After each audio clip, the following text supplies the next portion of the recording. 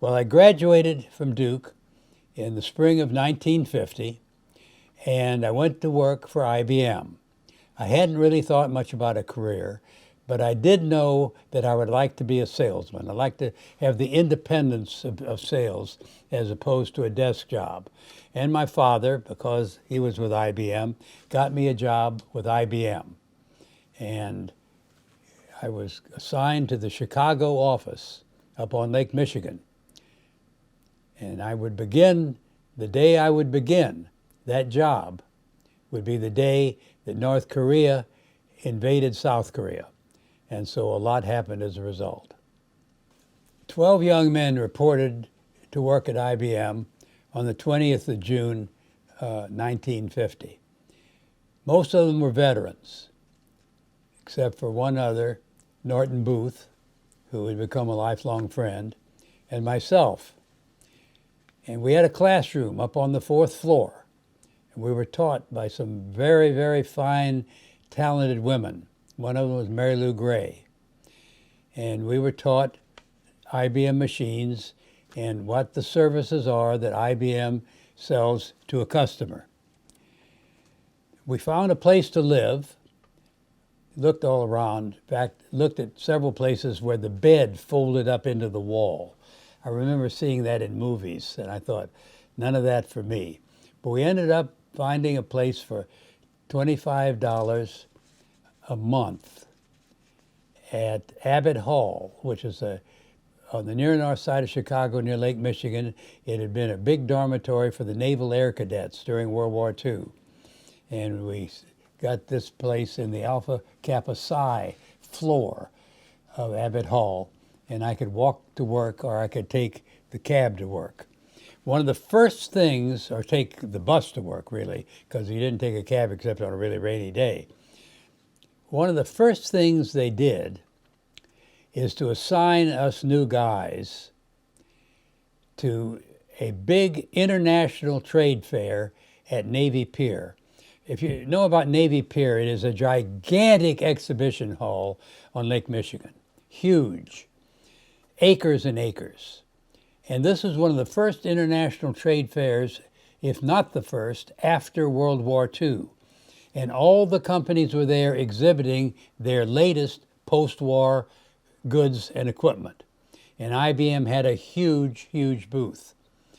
And we were assigned there for a month, demonstrating the equipment, talking, taking names of people who came through and showed interest, and learning, incidentally, the business as we went.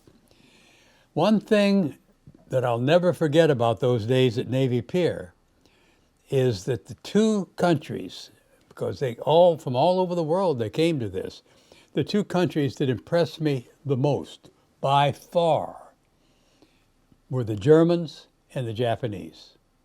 I said to myself, we just fought them in a war. They're the guys that seem to know what they're doing. And it was interesting, as time went on, both Germany and Japan became the two biggest international subsidiaries of IBM by a long, long shot. We finally were sent to school in Endicott, New York in September. And in September, I was 21 years old, was my first plane ride. Never had flown a plane until September of 1950. And we reported to Endicott, New York, where IBM had a lot of factories, and they also had a school, and they also had a research lab. And that is where, in the summertime, they would have big sales conventions called 100% Club for the people that made their quota for the year.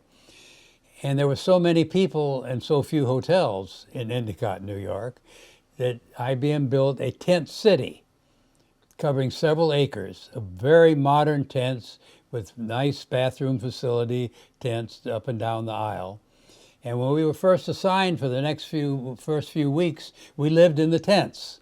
So I lived in a tent when I went to IBM school. As the weather got cooler in Endicott, we moved to a hotel downtown. And the school was to teach us IBM machines. Every Monday morning, we would open up with a song session. And we'd sing, Road to Mandalay and all kinds of marching songs and some IBM songs. Ever Onward was a famous IBM song.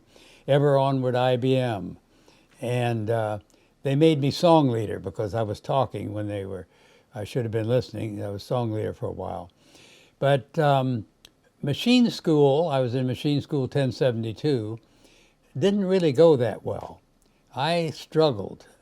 I didn't quite identify with those IBM machines at first, even though I'd grown up in an IBM family and had seen them all my life. I was still a little too much of a college boy. And I ended up in the bottom part of the class. In IBM, you don't want to be at the bottom part of anything.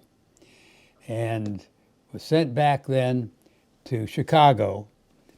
And before long, the war was getting worse. We were doing worse in the war. I was going to be drafted. And I didn't want to be drafted into the infantry because they were going straight to Korea. And so several of us enlisted in the United States Air Force to avoid the infantry.